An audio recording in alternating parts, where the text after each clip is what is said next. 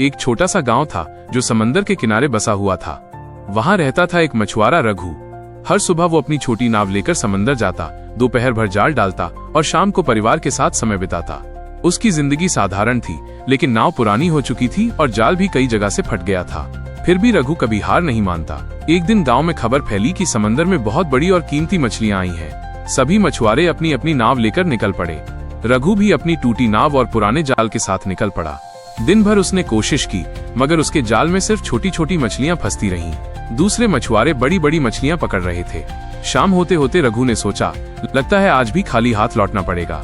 तभी उसका जाल समंदर के नीचे किसी भारी चीज में अटक गया। उसने पूरी ताकत लगाई और जाल खींचा।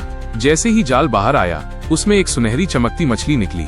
वो मछली बोल उठी, हे मछुआरे, अगर तुम मुझे छोड़ दोगे तो मैं तुम्हारी एक इच्छा पूरी कर दूंगी। रघु चौंक गया। वो धन, दौलत या बड़ी नाव मांग सकता था, लेकिन उसने कहा, मुझे बस इतना चाहिए कि मेरे गांव के लोग कभी भूखे ना रहें। मछली मुस्कुराई और समंदर में लौट गई। अगले ही दिन से गांव के किनारे इतनी मछलियां मिलने लगीं कि कोई भी भूखा न रहा। रघु की नाव छोटी ही रही, लेकिन उसका दिल सबसे बड़ा हो गया। गांव वाले उसे आज भी याद करते हैं। एक रात रघु को सपने में वही सुनहरी मछली दिखी।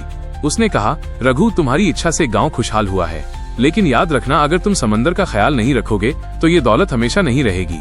अगली सुबह रघु ने गांव वालों को समझाया, समंदर हमें खिलाता है, इसलिए हमें उसकी रक्षा करनी होगी।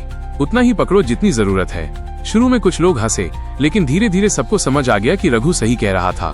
जो उसकी बात मानते, उनके जाल हमेशा भरे रहते और गांव खुशहाल बना रहा।